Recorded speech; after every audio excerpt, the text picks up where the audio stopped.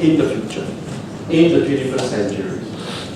And guess what? The title of the book is interesting, but the interesting part to me actually are the three authors. Well, since he's my boss, I think I should mention his name first. Thomas, Peter Lorenz, and Jack Shed. All three I happen to know pretty well. And guess what? If you add the total number of years these three gentlemen have been involved in the business school, it's definitely more than 120 years. At least. At least. You know, Jack Shed, I studied his book, and the book was published in year 1969. Theory of Buyer Behavior is a must read for all PhD students. And of course, these two gentlemen sitting up here, they have written stuff on strategic management, and we have studied their work many a times over the years. Since Howard joined SMU, not only had he been a wonderful dean, he had actually churned out 3 books. Amazing! And he was just telling me 2 more to come. My goodness. The only thing I have to comment is that poor wife. She's here, by the way. Oh, she's here.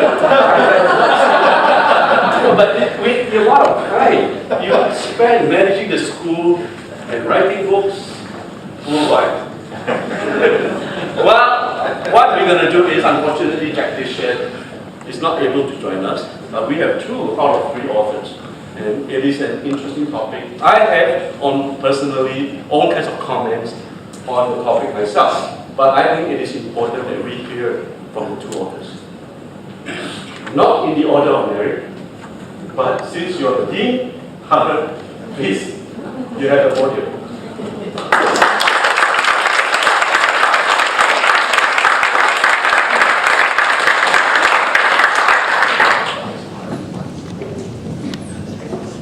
Okay, well, I don't really know what to say after Chin Tiong gets up on the stage. My wife, I think, is here, but I don't think she thinks she's a poor wife. After 40 years together, I'm a poor husband. In fact, we were discussing this at lunchtime together today with Peter, and we were discussing household finances, and my wife does everything. I honestly don't know anything about money. I just have a credit card, and I know how to use a cash machine. So I clearly am a poor husband. She's probably salted it all away in Switzerland.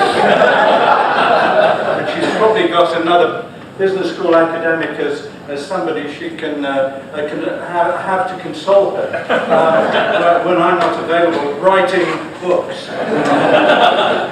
Okay, look, what Peter and I have done is to try and give you a sense of the book, and then what we would prefer to do, obviously, is throw it out for questions and answers, because I think that way you get a much better format. And since we say in our book that the mode of lecturing and the mode of being a professor now has changed from being an orator and a sage on the stage to a facilitator and a coach.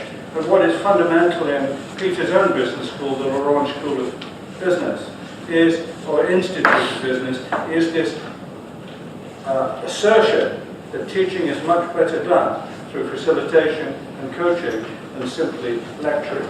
And he will talk about that in a bit. So what I've actually done is to summarize the book in 4 or 5 slides. And those of you who want the slides, you can't have it because you've got to buy the book first. And then I'll issue the slides in 3 months' time. I want to make sure we maximize our revenue. What we say at the beginning of the book is that business schools are very much at a tipping point.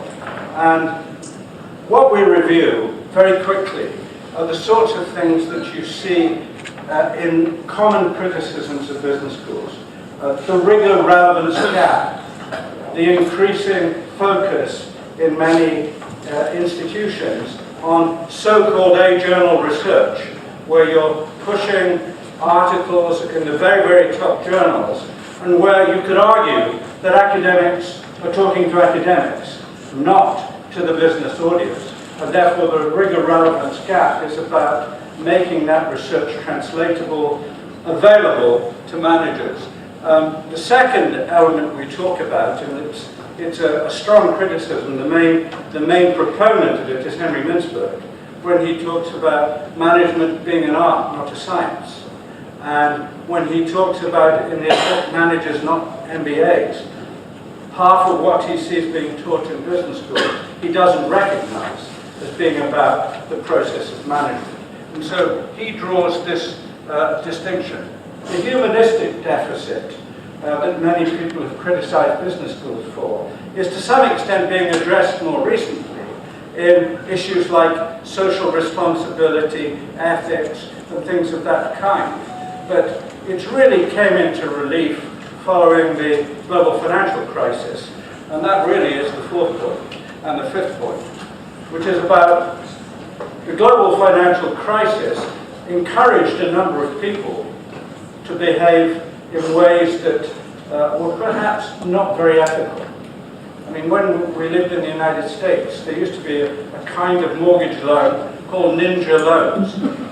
Ninja loans are no income, no job, but we'll write it up as if you've got a very large income, and so on and so forth, and we'll write up the real estate proposal that you can buy this property, and what you end up in doing is creating derivative packages of mortgages which are valueless, but actually are sometimes AAA rated.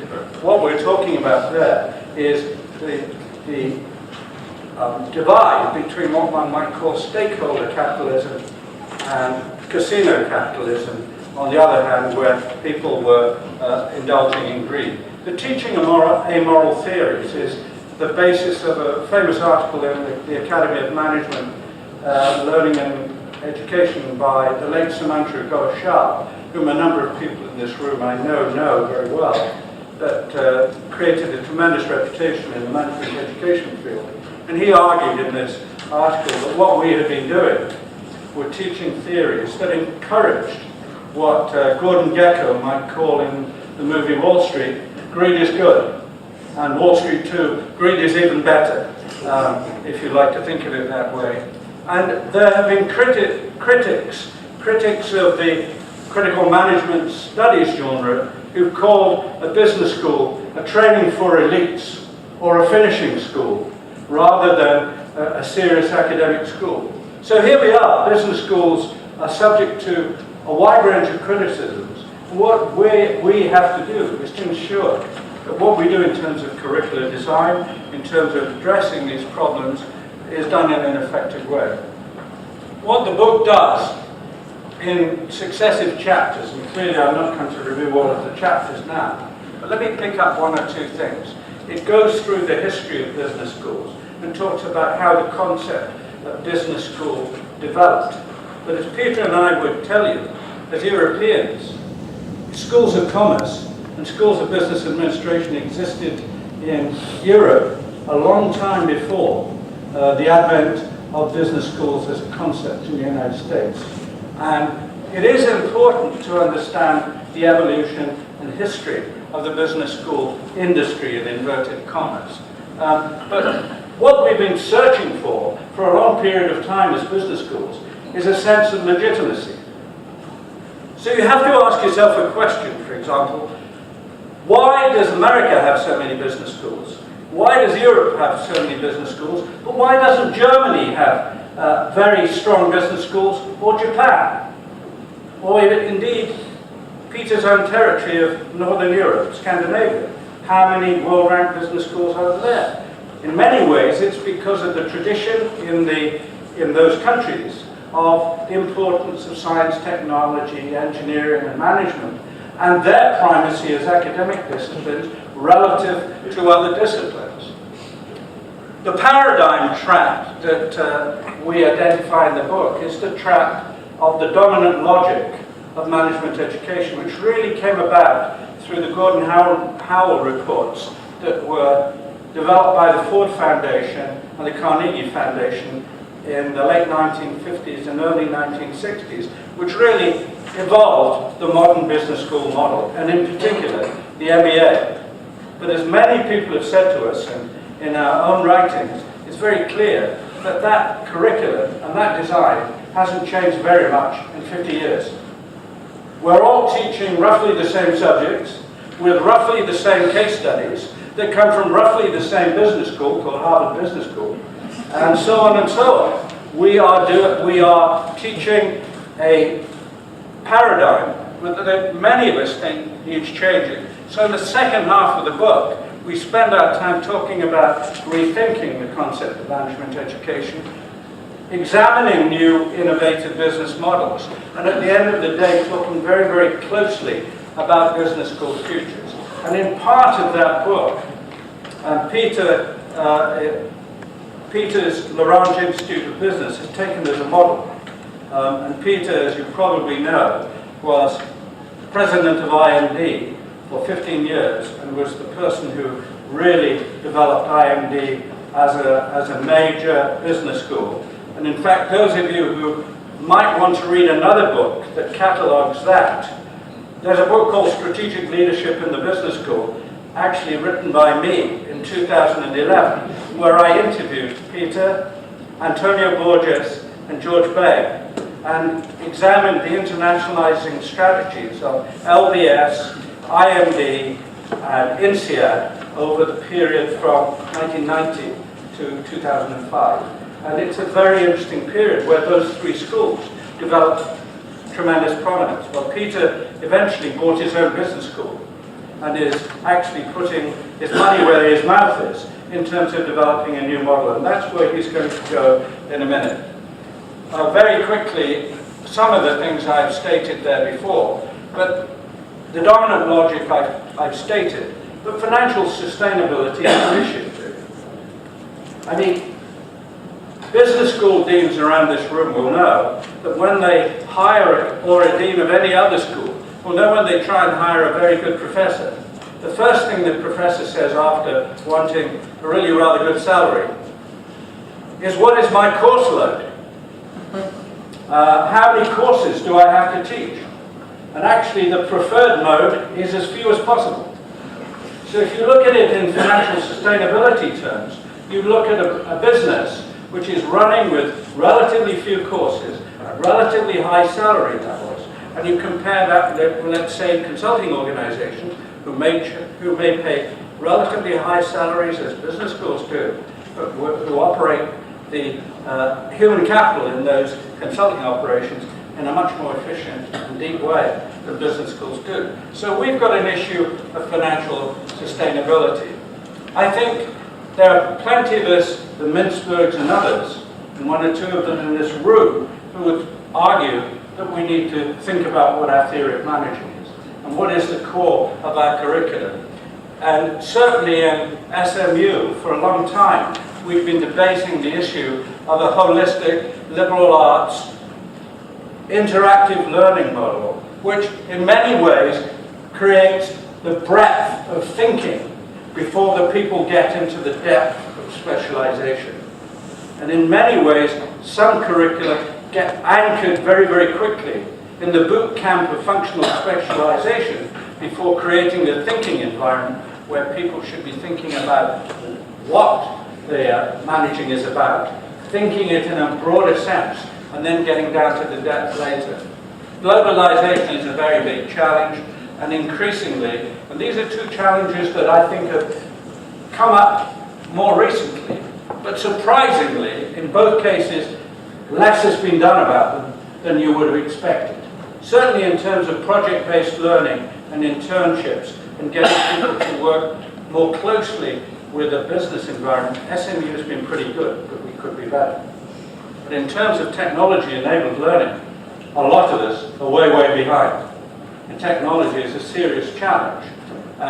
So we talk about that as well. The new models we talk about are Henry Mintzberg's, the Harvard model, the Berkeley model, which is anchored around the strategic management concept of dynamic capabilities, Roger Martin's model in the Rotman School in Toronto, which talks about integrative thinking as what needs to be developed fundamentally at the beginning of a program. Stanford have gone the multidisciplinary route. OU is the Open University, who I think have been one of the pioneers of blended learning, but are described in Britain at least as the University of the Second Chance, and are therefore never seen quite as elite as the Instituto de Empresa, which is the second model on that sheet. So the OU has never got the, how should I say, the kudos it should have, but has done a tremendous job actually in many ways in creating a blended learning platform. And at the bottom, we've got the Larange Institute, which is a network model. At this point, I'll turn the presentation over to the good-looking and former Scandinavian. I won't say any more than that. Peter, it's your floor.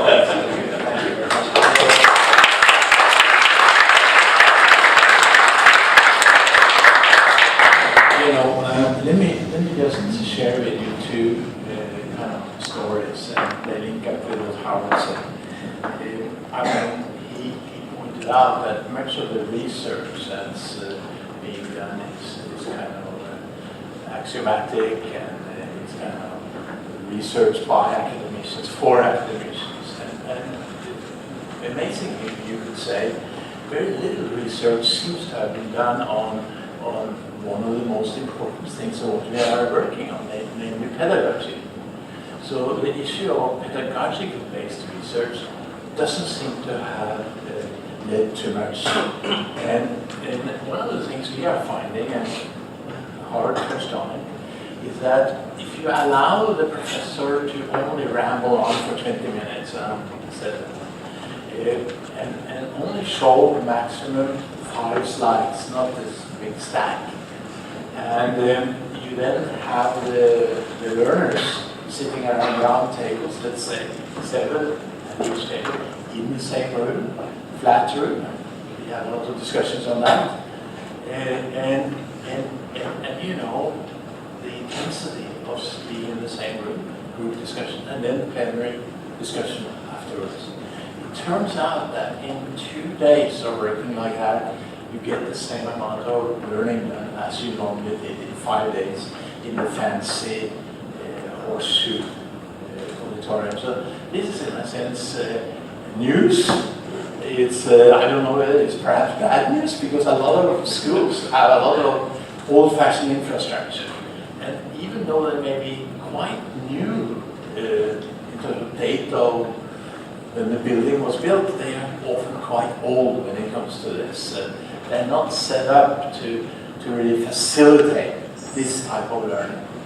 And Howard talked about this as much more catalytic than kind of preaching.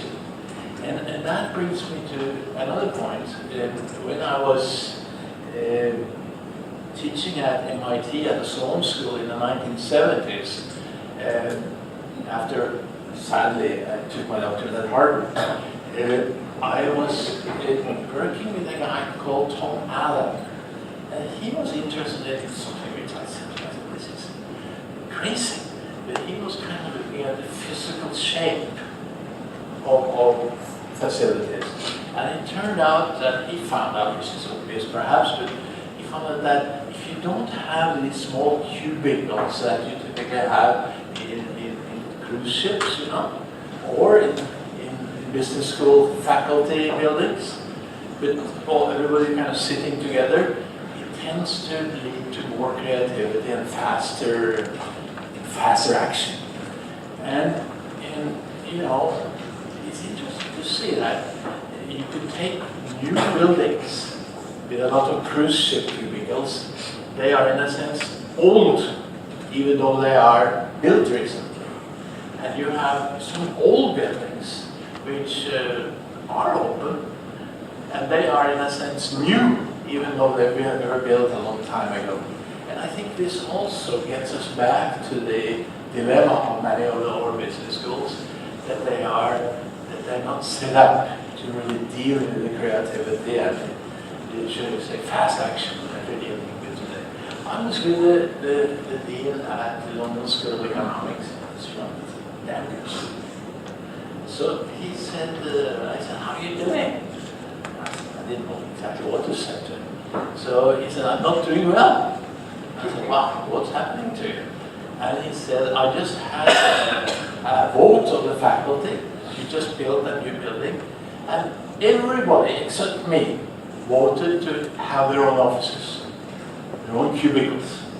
So this is deeply ingrained in all of us as faculty members that we just have our own place where we can spread out our stuff without cleaning up. We can even sleep there, and we understand that. So I shouldn't brag about that. We are actually at my school now. We don't have offices anymore.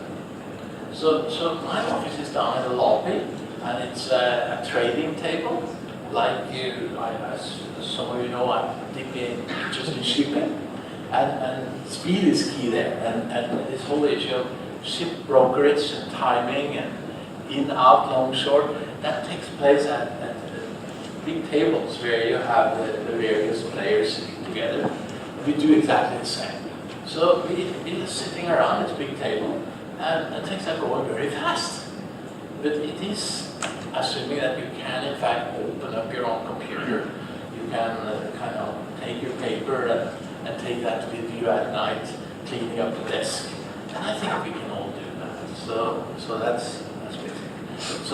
So basically what this says is leading up to is one thing which is quite serious. There are two industries. Can you hear what I'm saying? There are two industries that tend to be falling behind because they're very conservative. It's a healthcare industry, and it's our industry, the university industry. And I hate to say it because I see many colleagues here, but I'm afraid that this has a lot to do with, should we say, the trade union mentality of doctors and faculty members. Sorry about that. I've come to that conclusion after having been dean for many, many years. I think that's one of the issues. We want our own office. It's my course. It's my this, my that, my light. When I was at IMD, you know that, we saw these young brains came from the University of Kampala, and they said, I want a job with you. And I said, right, what are you doing? Oh, fantastic. Showed me some papers, great stuff. And then they said, how little can I teach? So that I can do more research. I said, there's a door. Because they don't understand that teaching and research are the two sides of the same coin. That's the way academia developed, and that's the way we come back to. And that's what this book is also very much about. Let me kind of talk a little bit about it. It says here modularized. By the way, I'm only having one slide, and probably have a few slides. So we're trying to live up to this thing and not bombarding you with blah, blah, blah. And modularized courses, what does that mean? It means that bright people who have their full-time jobs can go back to school and have learning going on as they are also at full-time jobs. I remember I was at Harvard, and my advisor was a guy called Dick Vance, who passed away. And he said, Peter, today we are going up to IBM. And I said, Dick, what a waste of time. You go, but I stay here. And he said, Peter, you're coming with me. And we drove that.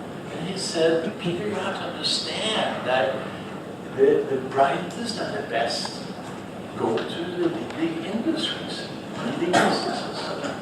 We at Harvard are only following what's going on.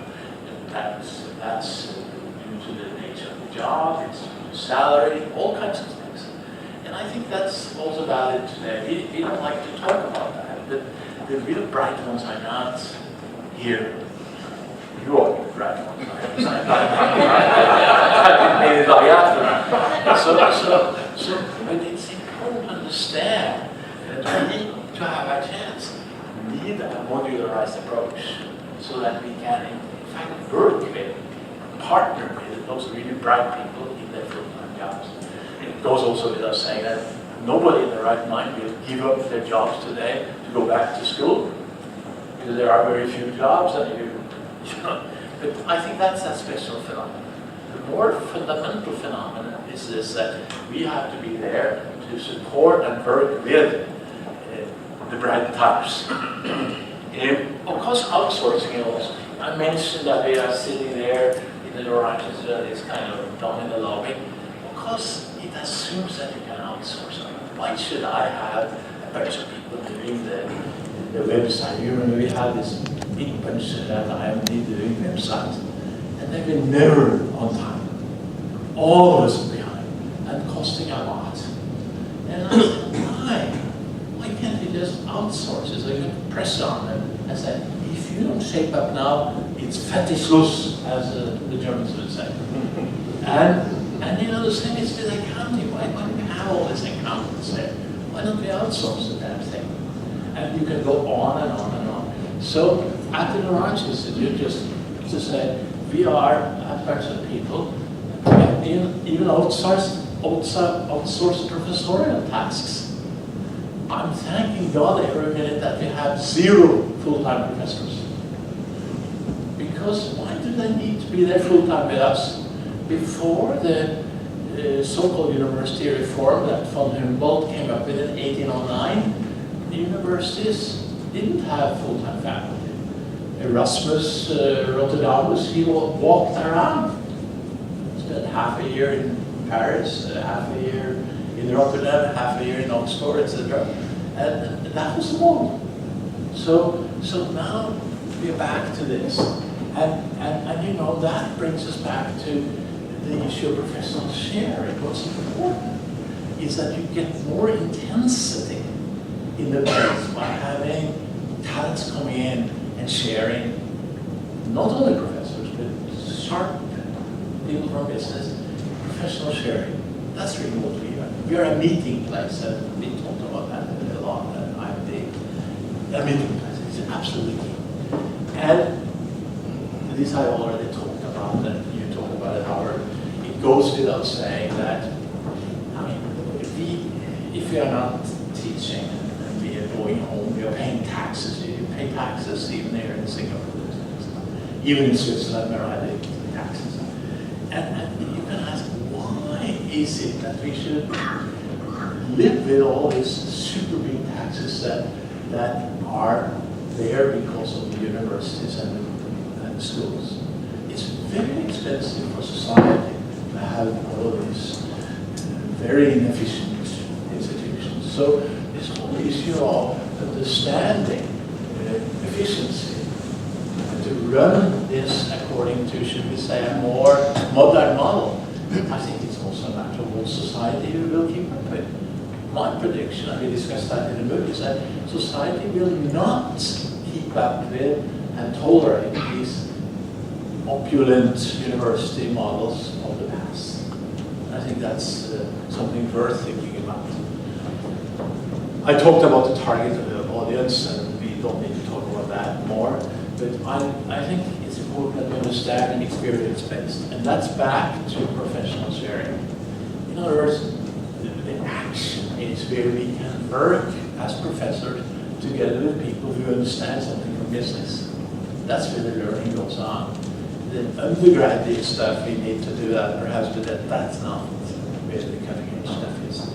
Cutting edge is at the graduate level, where you have people who have something to contribute.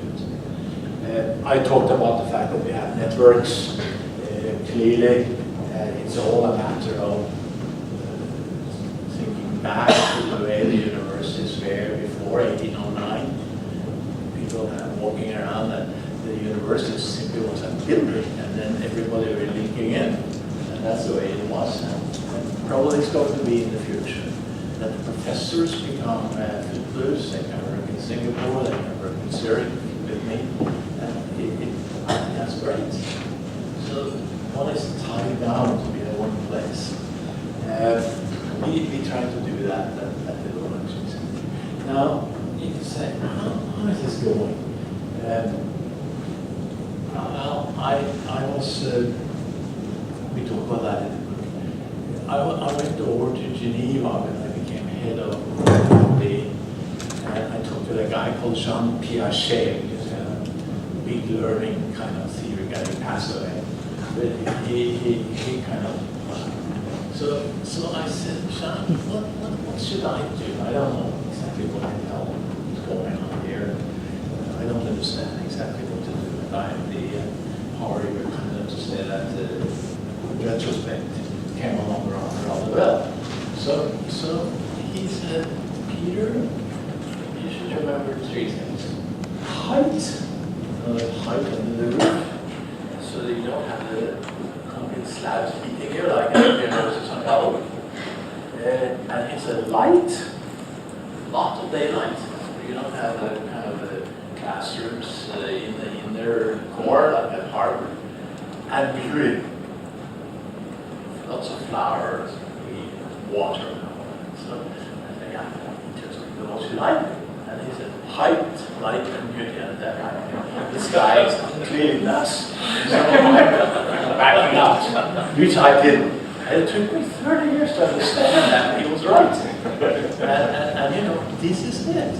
So this whole issue of understanding that context of learning, in other words, physical space, as it started out with, the way how all of this works, that turns out to be very related to learning. So research which underscores that. Back to what I said about Berlin pedagogy and kind of read that kind of research.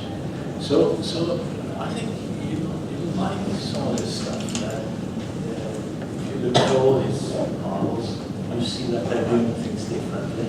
And I think that's what you try to do. Let me stop there, Howard, and then you are leading the discussion. I'll be sitting here. Yes, please. Okay. So I'll business school should not happen at his institute. And when we first started SMU, we had a clean slate. We too tried to make sure all the bad habits and all the bad things, we don't incorporate them into the SMU model. And I can't help but noticing some of the aspects told to us by the 2 gentlemen are attributes that we actually have in SMU. And we are indeed very fortunate to have a very good group of colleagues working very hard. And over the years, we have been able to put in place something quite different. But again, we can be very strong critics of the business schools. And there are, I'm sure, many questions that you guys have that you wish to seek clarifications from the 2 gentlemen. But before you have the chance to ask, allow me to ask the first question.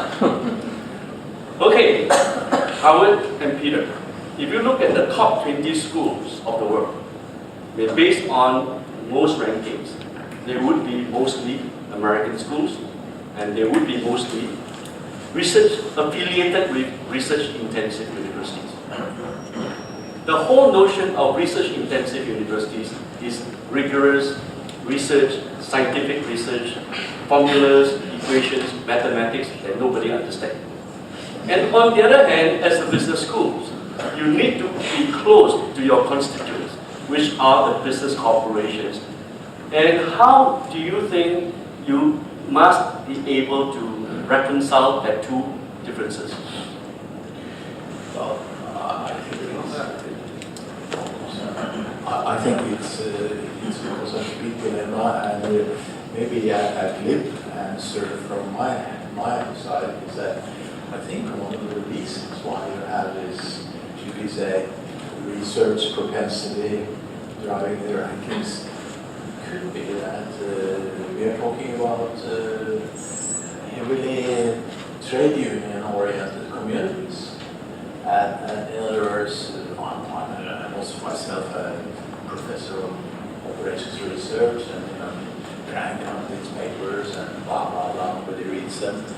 And you know, it's kind of protective stuff, you know, and you think you're doing great stuff. And the trade unions the atmosphere, the trade union atmosphere is protecting. So I think that's a big issue, if you ask me.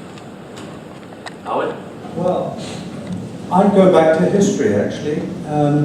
If you go back to the Gordon and Howell report, which, as I said, was in the late 1950s and early 1960s, and which led to the dominant design that we now see as the MBA model.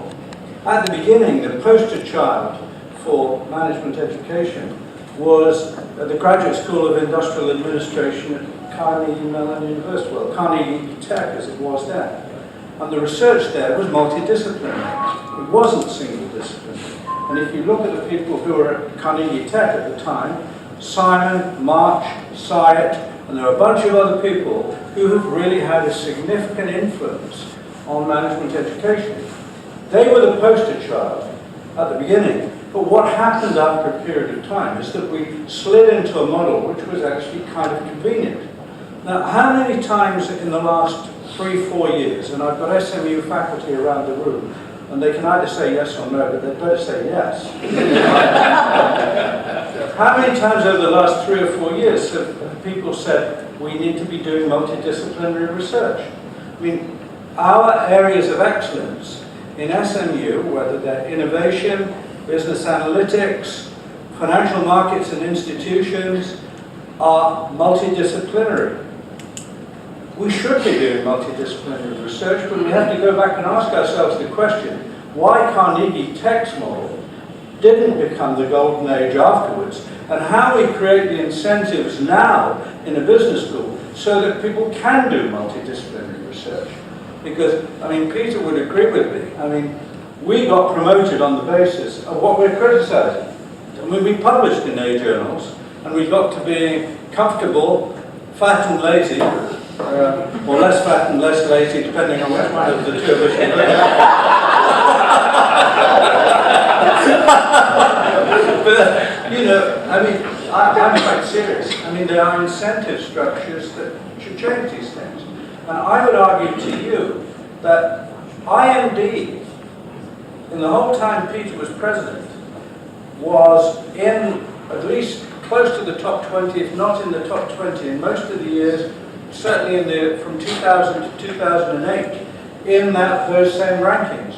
And IMD has no tenure, it has very much focus on applied research, it tries to do interdisciplinary research, it has probably one of the better programs on family business. So my argument is it can be done, but it's up to us who sit as deans, frankly, in my opinion, have the courage to change the incentive systems. If we don't change the incentive systems, we'll go the same way. And the Financial Times will carry on ranking us on the basis of a journal research. And it will carry on, and you know, we'll be voices in the wilderness. So I'm not sure that I answered your question. No, that's good enough. Oh. you don't regret hiring me now. I have an argument that the fact that business schools are in research-intensive universities, they are forced to pretend to be scientists and start to incorporate all kinds of scientific theories, mathematics, and into their research.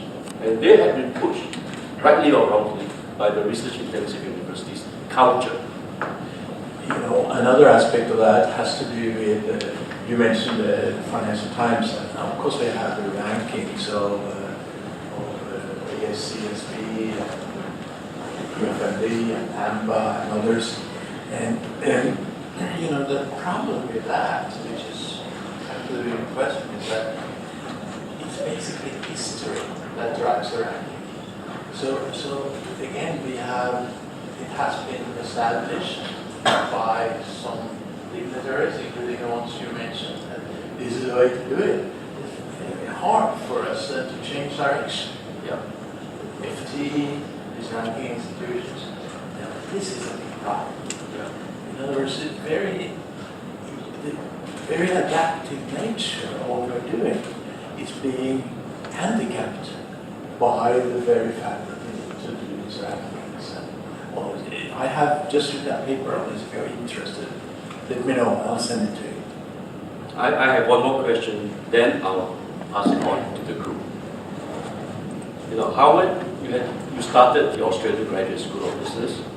You then became Dean of University of Illinois at Champaign. You went over to Warwick University in UK. Now you are back in Asia. I always tease him as a senior dean. Now he had completed his global circuit. So, and Peter, you were at IMD, then Norwegian School of Business. Well, 2 countries. So a lot of the concepts that you guys are describing in your books, are they generic? Or are there cross-cultural differences? Because if you look at the world, Asia is going to be the next driving force for the next 20 years probably. Do you think Asian business school should also incorporate some of the contents that you described in your book? Or are Asian schools different? No, I think that a lot of that, I know Gordon agrees that a lot of this has to do, I think, with, should we say, the quality of the business in the area. And there's no doubt that some of the best companies and most aggressively innovative companies are found in Asia, not only Singapore, but also in other parts of Asia. And I think that's really where we take our inspiration from in terms of trying to understand what the business school of the future will be. Okay. Howard? Well, I mean, I actually think that Asia is very different from anywhere I've been before. And there are 2 main reasons. I mean, one you've alluded to, and that is that Asia is growing fast. The problem here is fast growth. And if you go and look in business schools that I've been, well, certainly the last 2 I've been, I guess, Champaign and in Warwick, I would say that the growth in each of those 2 economies, whether it's the United States or Europe, over that period was nothing like the growth rates we've seen in Asia. So the first thing is, we have to figure out paradigms for managing fast growth. I mean, you know, it's no use us saying that what we've had as past experience, or the models we've had as past experience, are necessarily going to apply here. I think that what's interesting about Asian business schools is there's not one thing called Asia, is the thing I've learned. You know, there's a phrase I picked up, I'm not going to say who from, because it's been alluded to already this evening, but there is no meaning without context. If you don't travel to different Asian countries, you see different sets of problems and different rates of evolution. And if you look at, for example, research ratings in the University of Texas at Dallas research ratings, I mean, we've done extremely well for a 13-year young school. We're you know, 3rd in Asia. But what is interesting is that all the Chinese schools are playing the A-journal game, playing the North American game. There are other Asian schools who are much more localized, who are trying much more to look at the issues about growth in those different kinds of countries, in those different kinds of economies, which are not as fast-paced as China and India. And India's business schools are not the same as Chinese business schools, and the problems they're trying to grapple with. So I think, you know, to me, one is fast growth, and the second one is you can't understand Asian business schools without understanding the countries. In each country I go to, every time I go there, I notice something quite different. I mean, I was in Seoul not long ago and met some people from Hyundai, and I really was amazed at the amount of work these people are doing. I mean, you know, if you went to a Jaguar Land Rover plant, even in the UK, the volume of work and the level of work and the dedication of the workers was quite incredible. Now that's a cultural phenomenon in my opinion. You could never get European workers to do the same thing. For a start, there's the European Working Plan Directive, which is 35.5 hours. As I worked out in Seoul, I thought these guys were working between 50 and 55 hours a week. That's their normal work week. So I think we really have to look at Asia as an emerging environment. It's an exciting environment, it's fast growth. But I met two South African deans earlier on this week, and there's a fascinating continent. You know, South Africa's the hub, but look at the rest. The difference in Asia is quite remarkable. I mean, we have two incredibly fast growth economies, but we're very, very lucky to be here in Singapore, which is, you know, if you like, a global city. Well, like Hong Kong is a global city, we can learn a great deal. So I think as Asian business schools, we've got an opportunity to teach other people the cultural, the contextual differences here. And we should be pushing for what I called previously the golden age of business schools, which is multidisciplinarity. The Carnegie Tech people should have prevailed, but the other model prevailed. The other model, which was a very much more scientific rigorous model. So I think we've got lots of chances of people who are running this. So we must learn to do the right things in our respective contexts, rather than just copying the Anglo-Saxon model. Okay, let's open up. Privilege, ladies and gentlemen, Peter, Howard, to read the book actually already in August. I got a copy, probably one of the earliest copies, hot from the press, from Howard, and I was immediately started to read it and went through it completely. I had actually a long flight to take, but it didn't put me to sleep. That was the difference.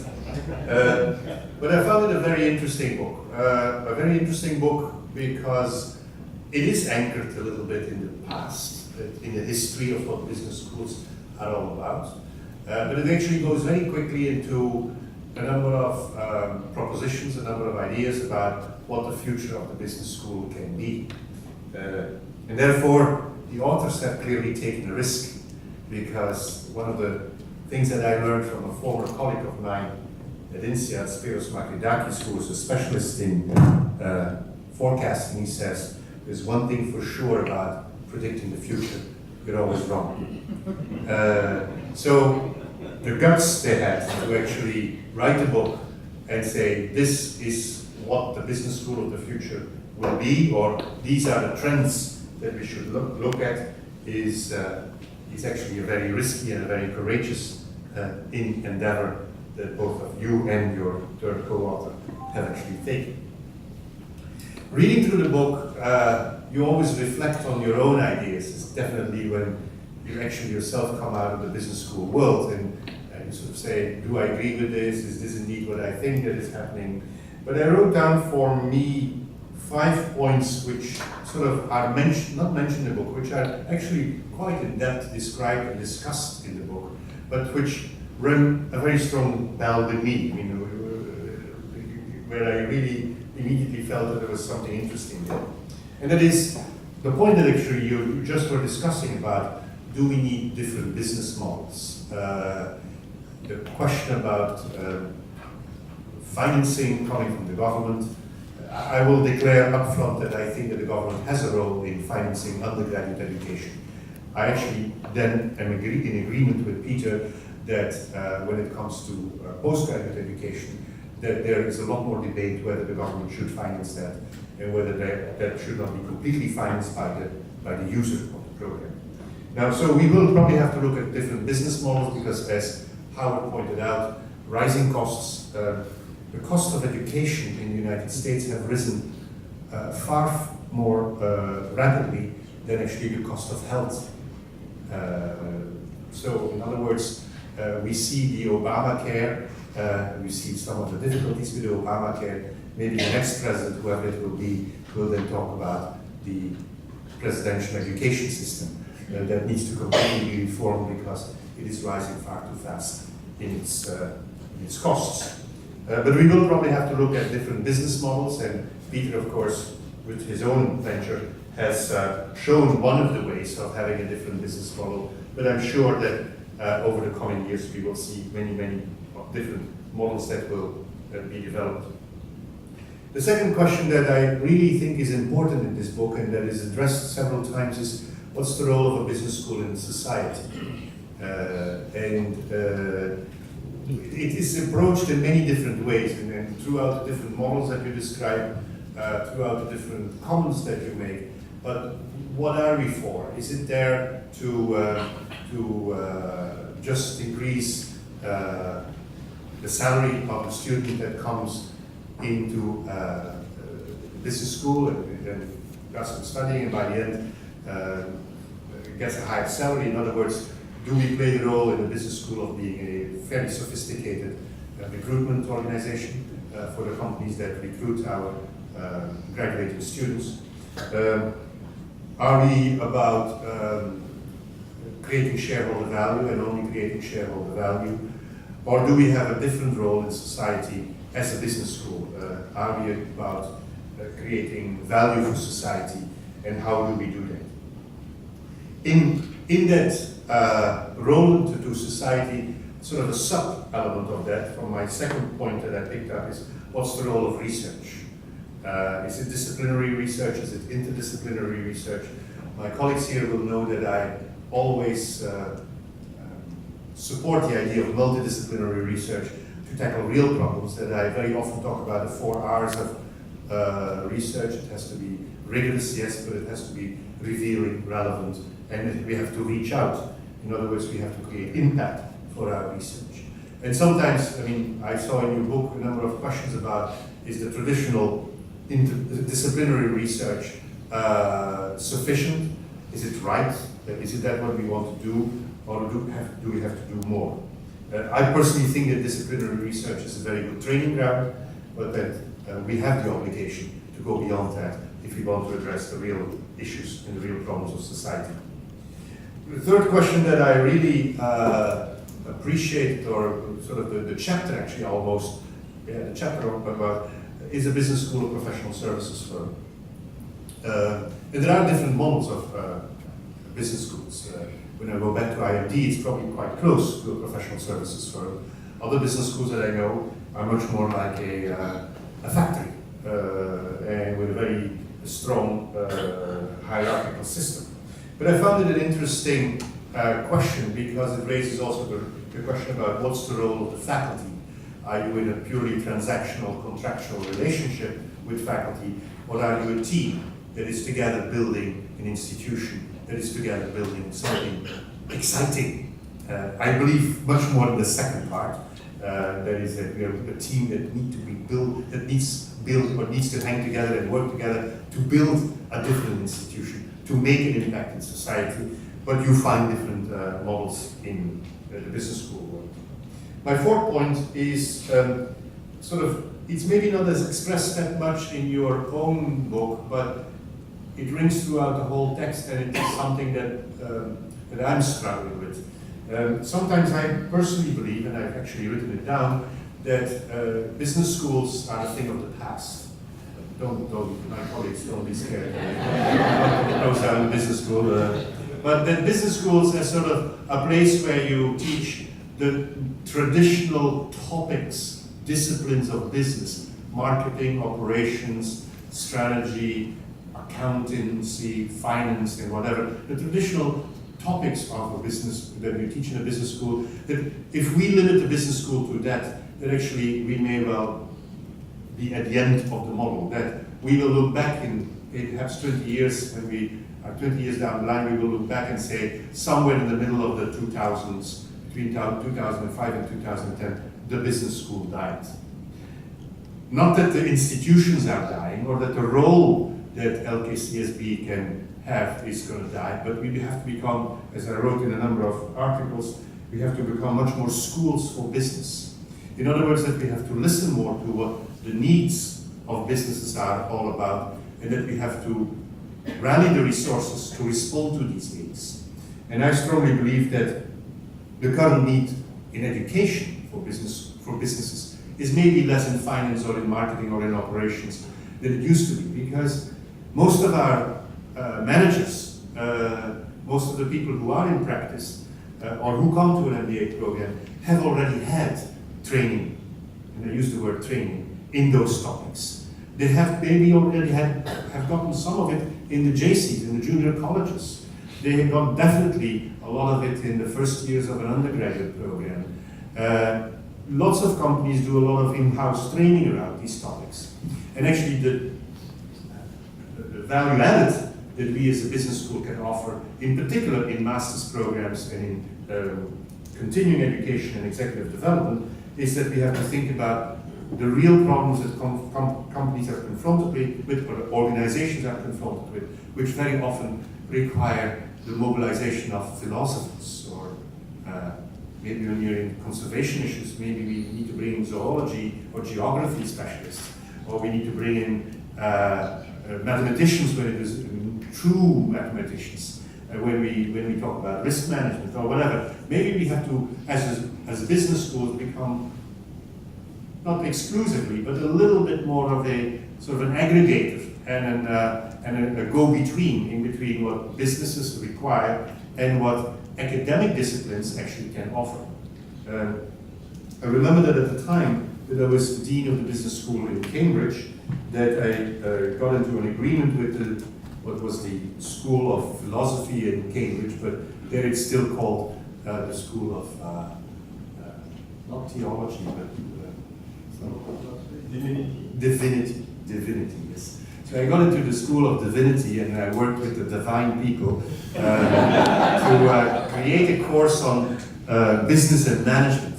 And I remember that the students, the first 2 or 3 sessions, had no clue what this was all about, because there was a gap in vocabulary.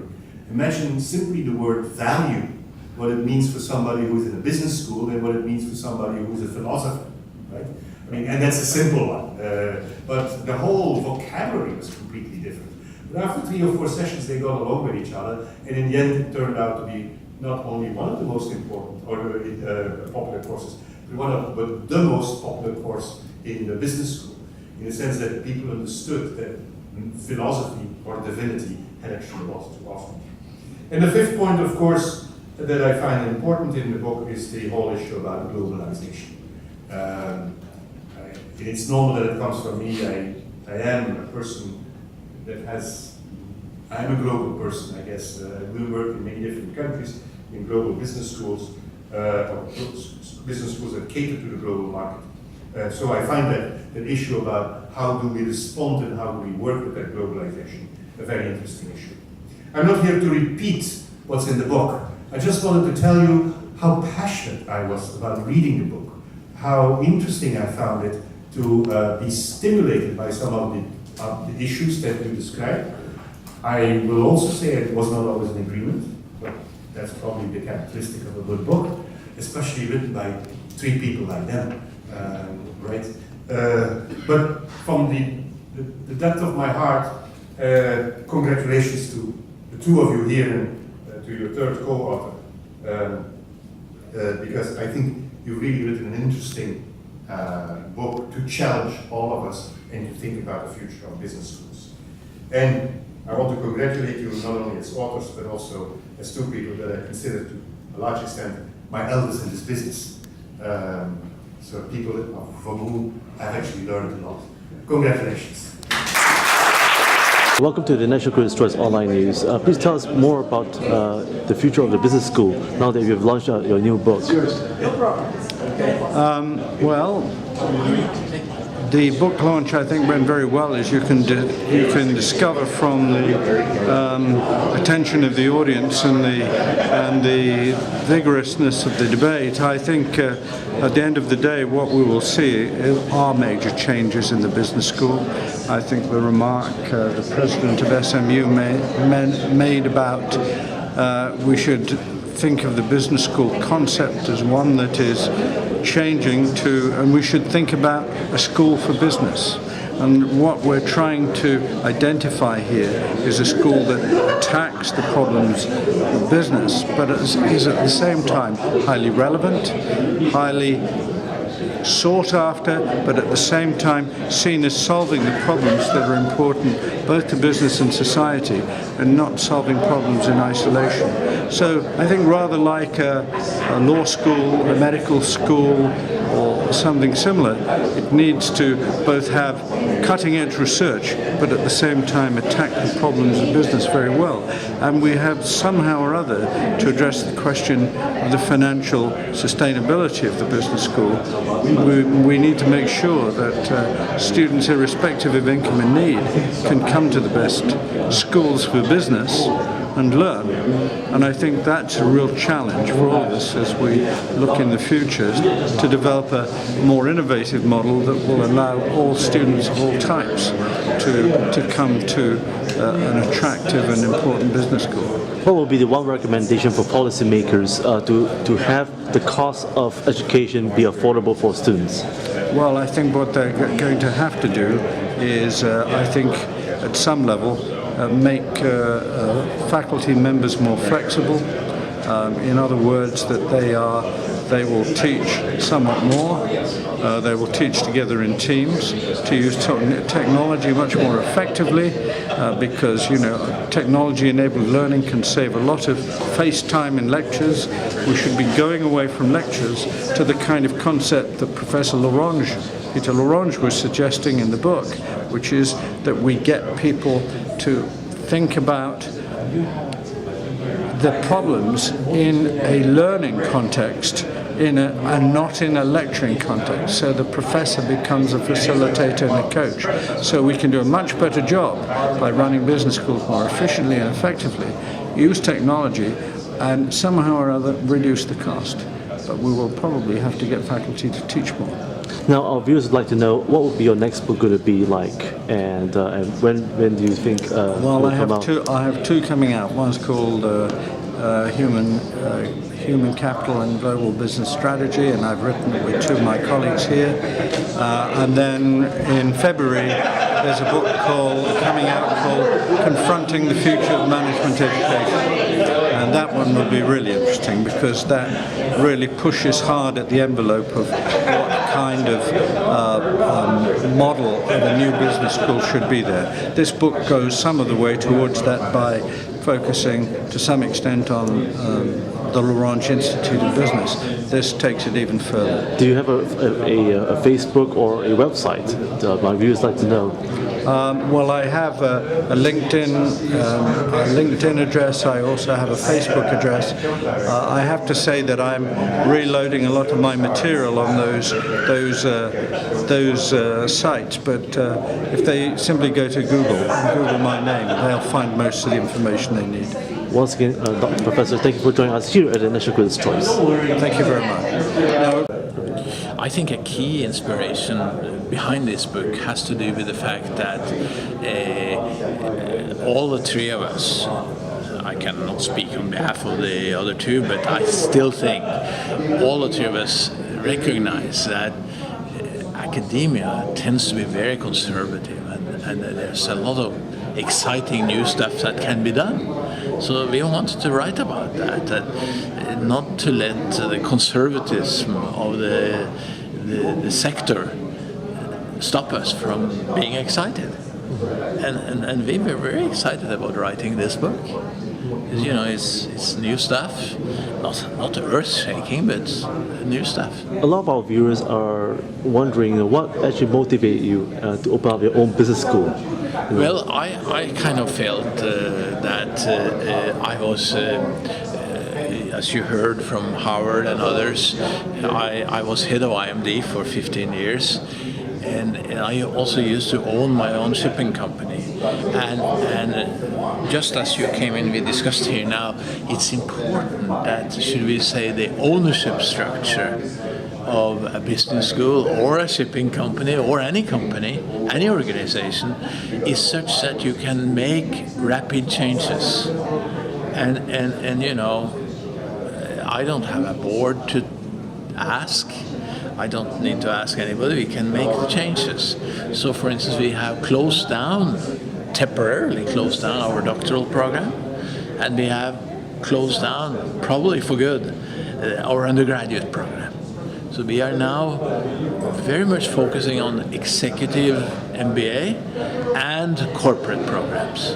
Well, now, what's the secret of your success, in running a business school? I mean, everybody at the National Critics' Choice, marveled the way you run it. What's your secret? What are the three keys to your secret? I think, I don't know. I mean, I don't know whether I've been successful or not, but I do think that even though I own my school 100%. I need to remind myself every day that I'm only effective if the rest of the team thinks that I'm effective. So owning doesn't mean that I can dictate to the others what to do. In that sense, it's a participative process. And I think that's important, that we as deans are not there because the board or put us in or we own it, but we are there because the rest of the team wants you to be there and to work for them. Now, what's the biggest challenge for the business school in the 21st century that you see? I think the biggest challenge is to bring across this modern thinking, because I mentioned in my comments that the business schools are perhaps conservative, the faculty are perhaps, but you know, I think it's also fair to say that the clients, the students are often conservative, and if you go to the corporate sector, the human resource vice presidents who are responsible for picking schools to provide the training in company trainings, they want to play it safe, so they go to the old established schools. So in that sense, I think the biggest challenge for business schools is to have the market appreciate the innovations one is trying to do. And what's next for you, sir? Well, I don't know. I'm 70 years old now. I'm enjoying this a lot, and that's one of the reasons I'm going back tonight. So, do you have any plans to write your next book? Yes, I'm working on 2 new books, or basically 3. One book is done, and it talks about the fact that a careful segmentation of the market, typically leading to, should we say, the young multitasker. And then, secondly, a careful understanding of what types of innovations does that multitasker want. And then a careful understanding of how do you communicate with that multitasker. So that book is done together with a guy who was president of a big consumer products company. And it looks as if you understand this, the segmentation, the relevant innovation, the relevant communication, the higher price, the more you sell. So that's the first one. And the other 2 books, I'm, as you know, working very hard on a new book on shipping, and then I'm working on another book on should we say, the innovative challenges of the business school. What would be the one advice do you have to give for policymakers and entrepreneurs who wants to start a business school the way you did? I think that it's important to have, I don't think you need to be very well off, but you need to have enough of an economic base to be able to, should we say, run the entire distance. So, for instance, we are now cash flow positive, but it took almost 4 years to get to that. And if I had run out of cash after 1 year, you know, that would be the end of it. So I'm not saying that it's necessarily very expensive to start a business school and to innovate, but I think it's important to have some realism as to the cash resources needed. Well, once again, thank you for joining us here at the National Critics' Choice, and we look forward to your next book. Thank you very much. Thank you.